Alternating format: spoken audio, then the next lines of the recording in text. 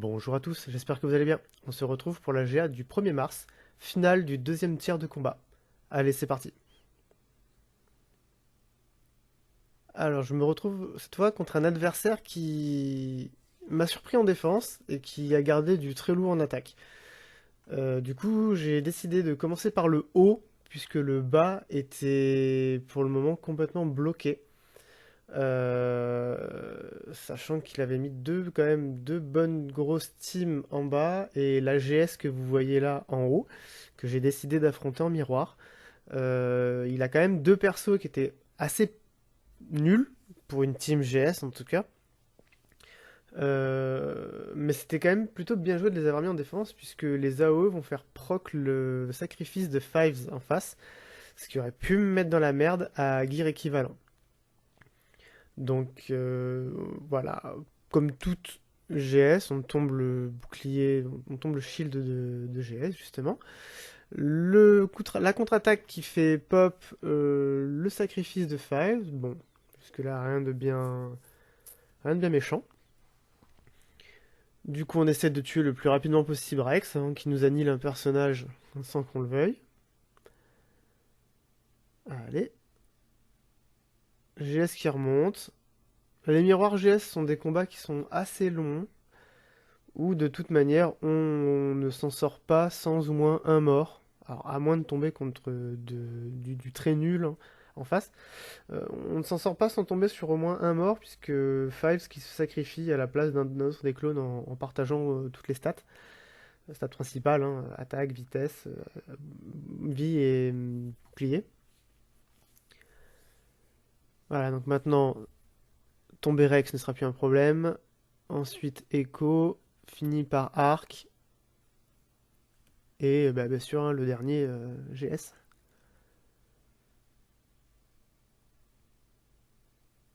Allez, plus que le général. 53 bannières. On prend, c'est toujours cette prix, comme on dit. Hein. Ensuite, les NS. Les NS avec les soldats. Mais je décide de retirer Piet et de le remplacer par Krennic. Parce que Piet va me servir au sud. Vous verrez pourquoi tout à l'heure. Donc là, vu les gears en face, ça va être un combat relativement rapide. Hein.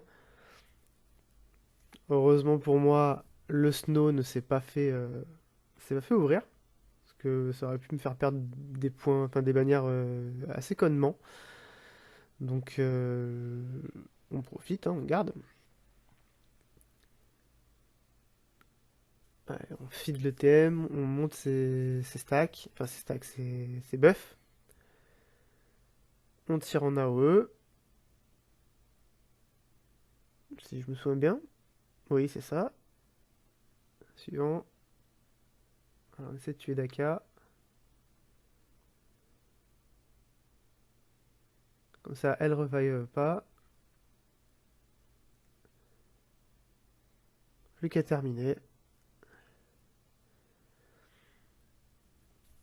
Comme je l'avais dit dans les précédentes GA, la team Soldat de l'Empire, c'est vraiment une team qui me plaît finalement. Le principe de feed le TM avec ses propres buffs, tout en apportant énormément à l'équipe. Enfin, chaque membre apporte énormément à l'équipe. Je remercie vachement Dark Lilou quand même d'avoir fait des vidéos au début sur les soldats de l'Empire, parce que ça m'a vraiment donné envie de les jouer, et je regrette absolument pas d'avoir investi dans certains soldats. Bon, bah, certains obligés mon farm actuel, d'autres que j'ai décidé de monter parce qu'il faut bien compléter une team de 5. Mais non, non, c'était plutôt cool. Du coup, on enchaîne sur une BH avec CLS. Donc, on stun Boba. Et on va vite se rendre compte que, bah, au final, Bossk prend cher. Enfin, prend cher. Résiste bien, pardon. Mais que au train où vont les choses, je risque fortement de le tuer assez rapidement. Donc au final, c'est la décision qui est prise hein, d'éclater Bossk avant même un autre.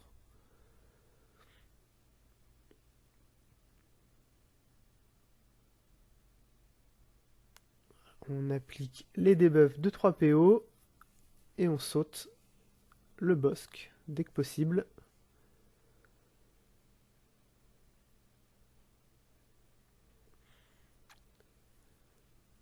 Allez, la charge pour stun, ça passe. On essaye de stun Grido, ça passe pas. Voilà, on en a fini avec le tank. Plus qu'à se concentrer sur les autres. À partir de là, hein, ça va être rapide. Donc pareil, hein, on essaye quand même de jouer la montre. On essaye, hein, tout dépend des baffes que mettent nos persos.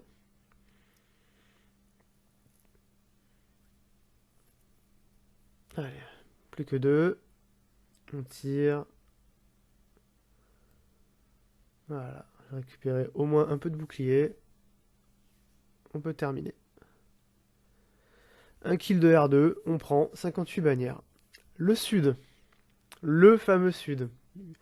Une GG avec 4 R4 et un G12 et une Padmé avec 3 R7 et 2 R4. Bon. Au moment où j'ai entamé la GA, j'ai scouté mon adversaire quand même. Et généralement, il mettait pas autant de grosses teams défensives, ce qui me laissait un peu, on va dire, de l'espoir.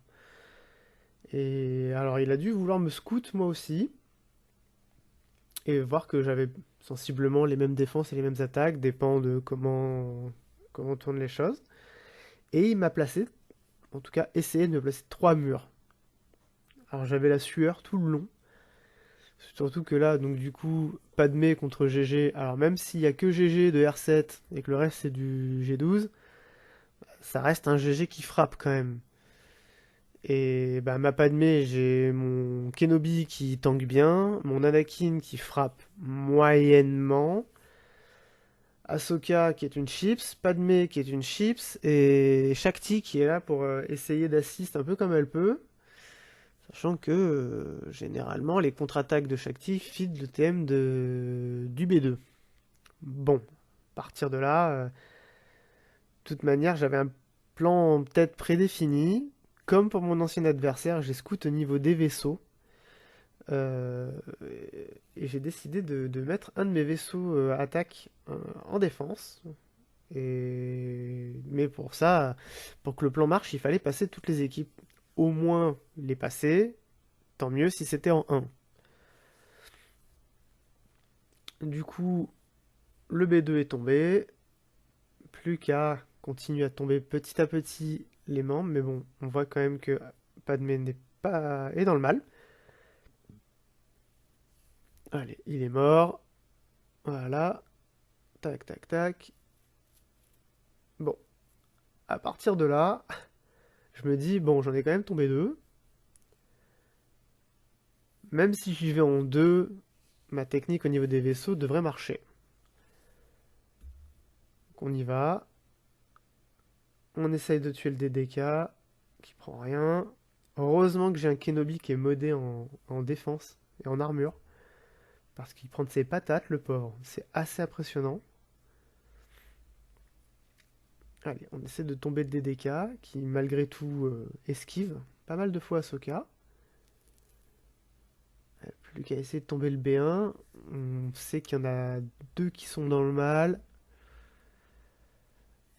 Le but pour moi à ce moment-là, c'était vraiment de le réussir en 1. Parce que je savais pas si j'allais avoir assez de team pour essayer de tout passer.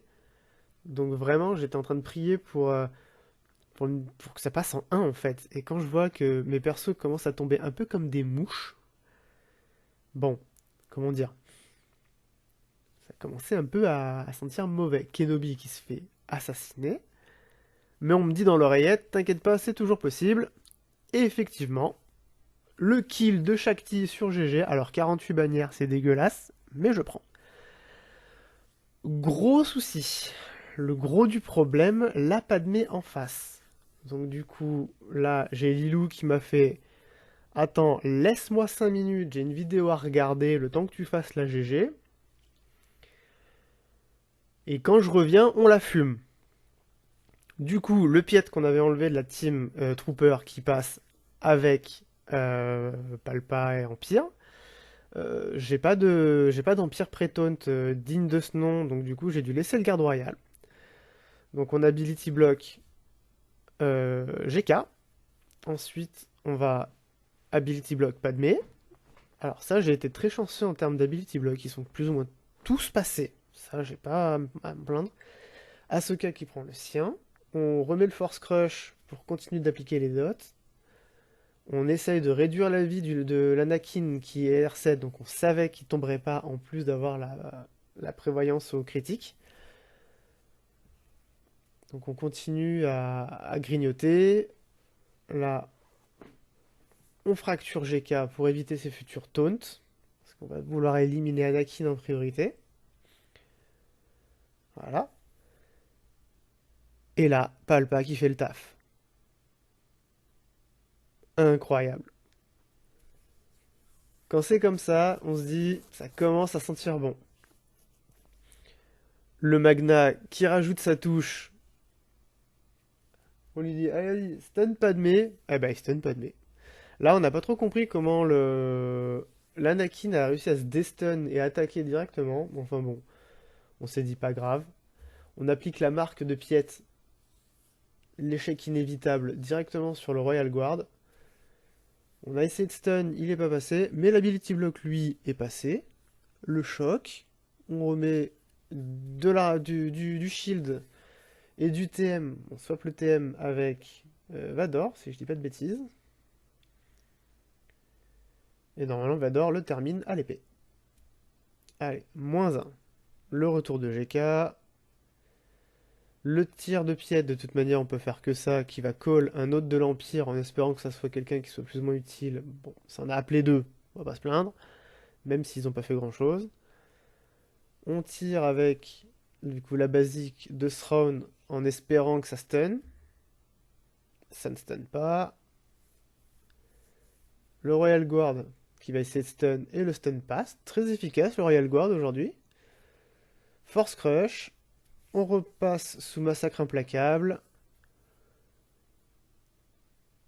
Donc là, Ability Block sur GK, qui passe encore une fois. Ça, on prend. La Padmé qui résiste d'un poil de cul. Ability Block sur Barriss. Force Crush sur Ahsoka, qui fait tomber Padmé. Allez, ça, c'est fait. Maintenant, le dernier problème, c'est Ahsoka, qui peut mettre de sacrées brunes avec sa spé. Comme maintenant, où j'ai failli perdre mon Palpa. On se remet un peu de vie et de la protection et de l'armure avec l'aspect du Royal Guard. On remet la marque échec inévitable sur le Royal Guard pour qu'il puisse tanker, vu qu'il a un focus sur lui. Donc on colle l'assist, le stun qui passe sur Barriss, la fracture sur Ahsoka pour qu'elle arrête de nous casser les couilles. Là on essaye de deal des dommages comme on peut, et GK qui tombe des dots. Le stun qui n'est pas passé sur Ahsoka. Paf. Merci, au revoir. C'est cadeau. Lilou, MVP.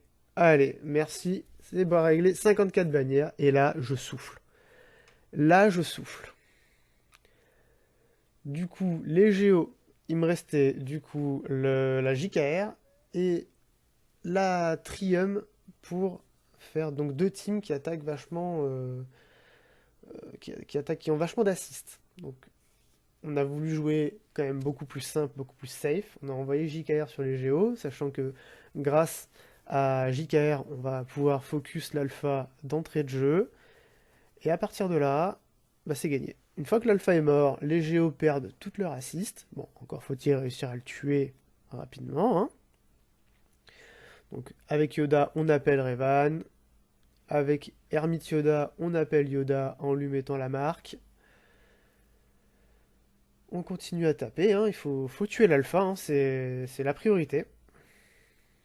Donc la basique à chaque fois qui fait perdre de la vie max.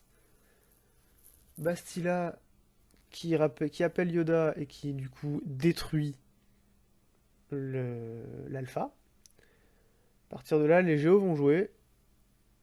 Mais le combat, on peut dire qu'il était déjà gagné d'avance, du coup, sans l'alpha. Plus qu'à taper.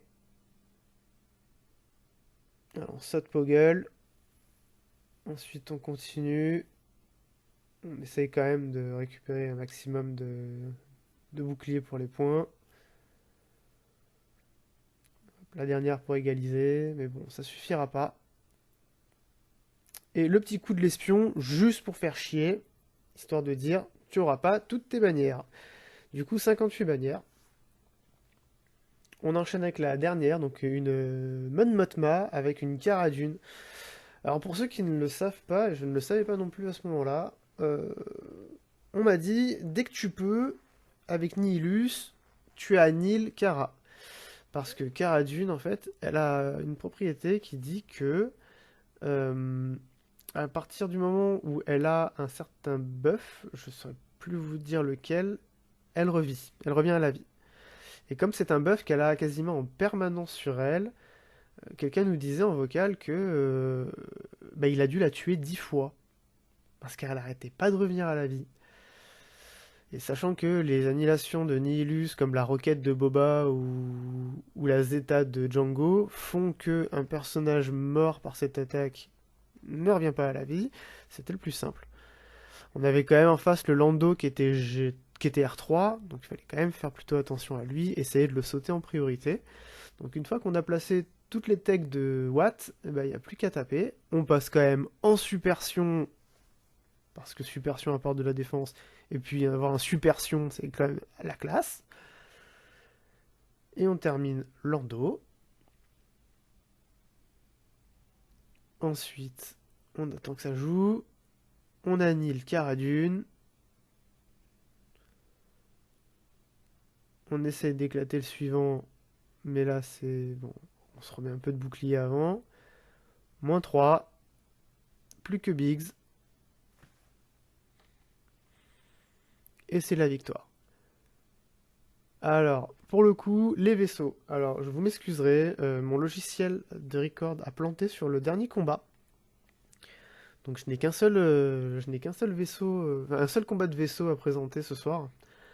Euh, du coup, en face, il avait posé son ego en attaque et il n'avait rien d'autre. Il n'avait que le Nego qu'il avait posé en attaque. Donc, pas de Malo, pas de Finalizer, pas de Radius. Donc c'est à ce moment-là où je me suis dit, je vais faire comme le dernier combat, sauf que je vais garder mon ego en attaque pour faire miroir, et je vais poser ma GG en défense, mon malveillant en défense. Avec de la chance, il le passera pas. Spoiler alerte, c'est exactement ce qui s'est passé, il ne l'a pas passé. Du coup, je décide d'un opener miroir pour, pour y arriver, tout simplement, hein.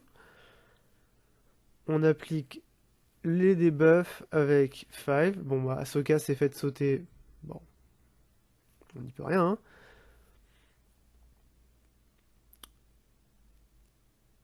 Donc là, on met l'AOE sur Anakin avec l'anti-buff qui passe. Comme ça, il récupère pas toute sa vie. On envoie ensuite le Mass Assist. Et là, c'est bien parce que du coup, tous les vaisseaux ont pris le verrouillage, ce qui m'a permis de mettre un triple tir avec Fives, qui était plutôt bénéfique. Donc là, la double roquette qui ne tue pas, comme de par hasard. À partir de là, on n'a plus qu'à prier parce que ça s'est engagé moyennement, mais bon, après, ça reste une IA en face. Et mine de rien, ces vaisseaux étaient quand même bien montés, puisqu'il avait une GS plus clone en défense qui sont quand même reliques plus. Donc, bon, un peu la sueur froide, mais plutôt confiant. Mais la confiance a commencé à revenir vraiment à partir du moment où j'ai pu appeler mon propre Plo Koon, où là, c'était vraiment banco, quoi. Plo Koon, best renfort ever. Toujours avoir un Plo Koon dans sa team, tout le monde vous le dira. Sauf Lilou. Parce que Lilou, il aime pas Plo Koon, il aime pas les Jedi. Donc voilà, bah, malheureusement ça s'arrêtera là, puisque bah, comme je vous ai dit, j'ai pas le record de l'autre vaisseau. Triple kill, 60 bannières.